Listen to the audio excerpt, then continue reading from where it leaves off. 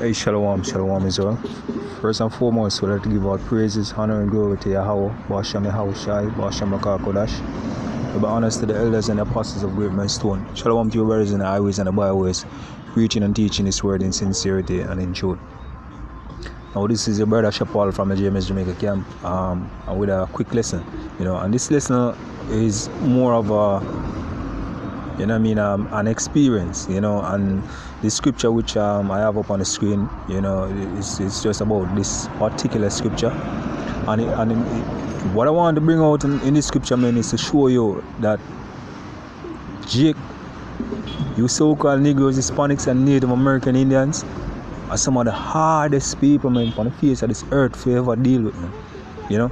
And I've gotten a personal experience, since the past week, and this is just my testimony. No, I'm not going to divulge much into what happened. I'm just going to share a scenario, man, and every day we step out on the highways and the byways, and even our lessons, man, we've been having trouble getting Jake to understand, getting Jake for getting the word out there.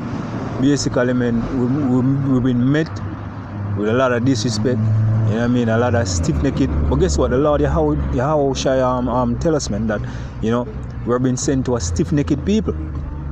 Alright? See? Hey, there's no law and order that govern Jake, man. Right?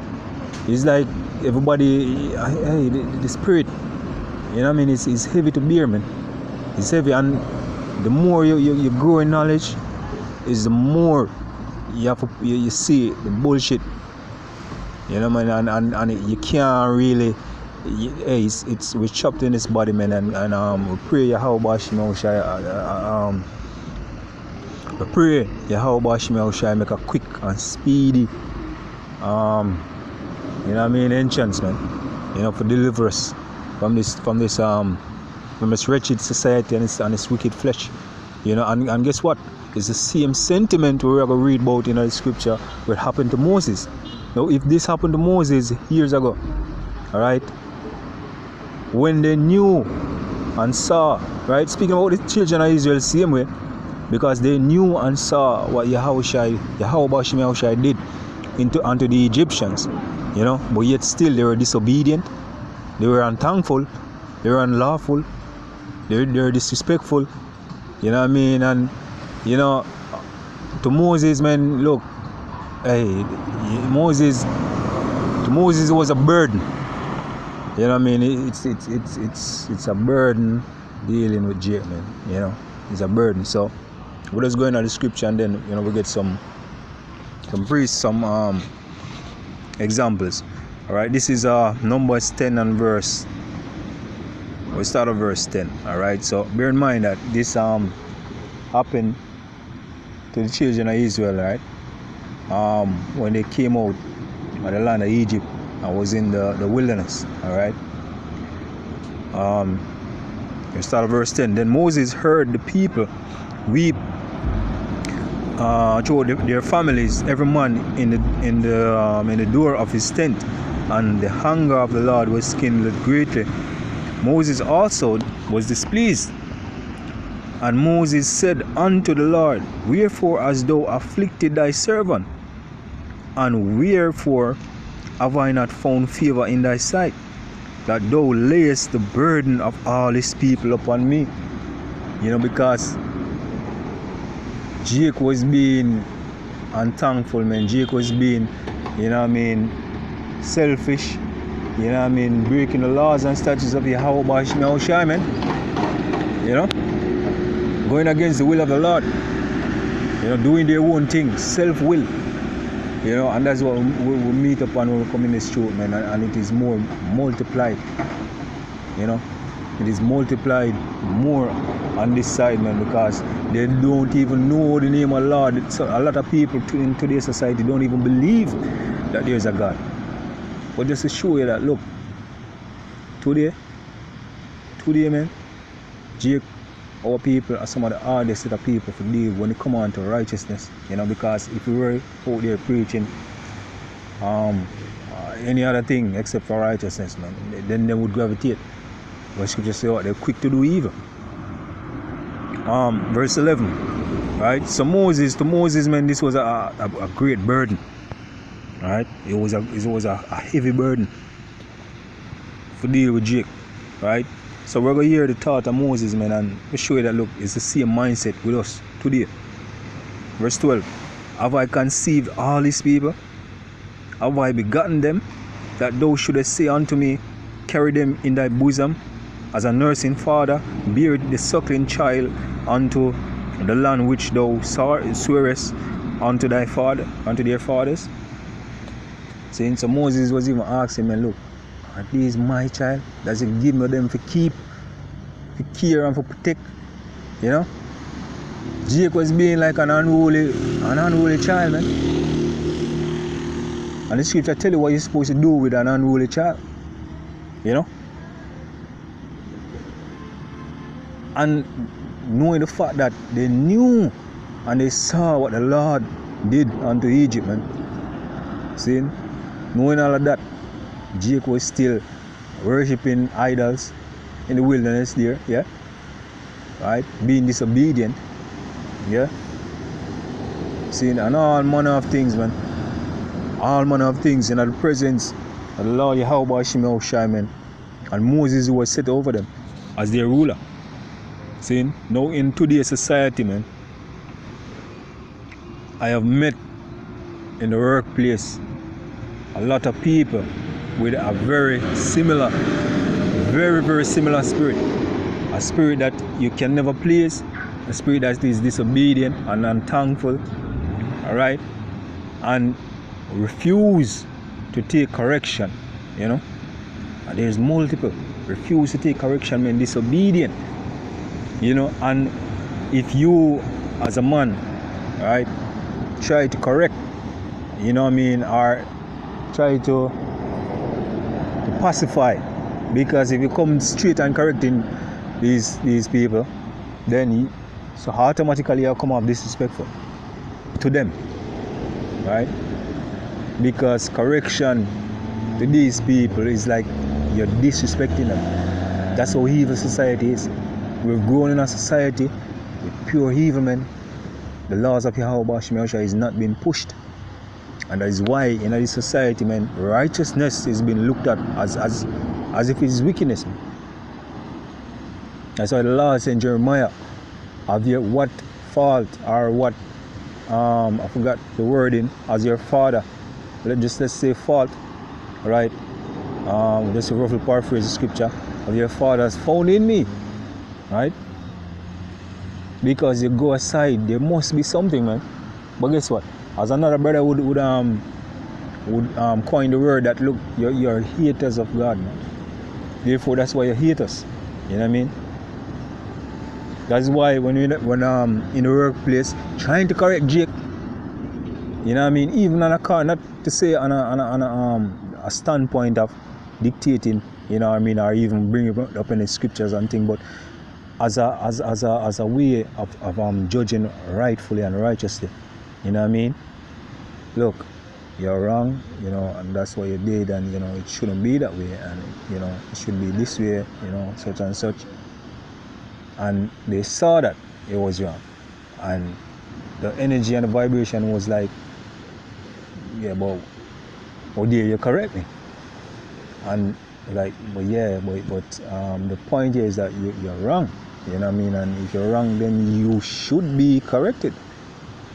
You know?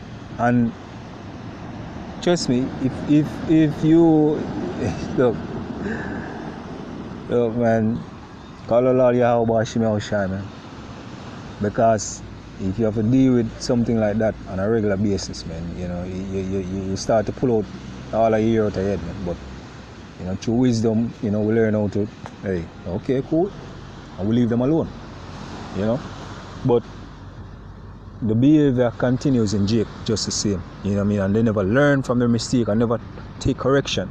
And it become to you a righteous man dwelling among these people, it come to you as a burden. Even though you're not trying to teach them anything, it's like a burden. You know, let's finish verse 12. Slack here. We did verse 12. Let's go to verse 13. So, whence should I have flesh to give unto these people? For they weep unto me, saying, give us flesh that we might eat. You know, and if you read further up, Jake was saying that, look, they remember in Egypt when they used to eat the cucumbers, you know what I mean, and the garlic and so on and so forth, you know, and the fish, you know what I mean, and now we're in the desert, and come on, man, you see the great miracle what the Lord did, man. You were dying in Egypt, you know, you're in heavy bondage, and now you are delivered and being fed daily by Lord Yahweh Shai, man, and you're still complaining. You know, Jake still complaining, man. That's why Moses have to ask, oh, is these my children, man? Have I begotten them? Moses never wanted the burden. Isaiah, Jeremiah never wanted the burden of dealing with Jake. You know, but guess what? The Spirit of the Lord still compels, because when the Spirit of the Lord hits you, man, you can't do nothing but what the Spirit wants. You know, take Saul. Saul, for example, will later become Paul. You know. Continue. Verse 14. I am not able to bear all these people alone, because it is too heavy for me, man. And the reason why we bring out this scripture is to show that, look, we're feeling the same energy today. You know, we can seriously put ourselves in the shoes of Moses, you know, and say, look, we have felt, we know, and this is scripture coming to life, because now I know how Moses felt. You know, I know how Moses felt, man. You know, because guess what? I have experienced it. I have experienced it, man, on many levels. You know, but since recently, it's you know, it's been occurring, man, and it's like a heavy burden. There's no set of law, there's no laws, there's no rules for Jake, for govern yourself as an individual, where you're supposed to be looked at as, oh, there's somebody separate and different, man. But guess what? The men of the Lord out there on the highways and the byways, man. You know? The men of the Lord out there on the byways and byways, you know, that's the remnant where the Lord I got set. Right? These men hear the Lord and obey, man. And was found faultless according to the scripture. Without blame, without, you know, spot nor blemish. Alright, verse 15. If thou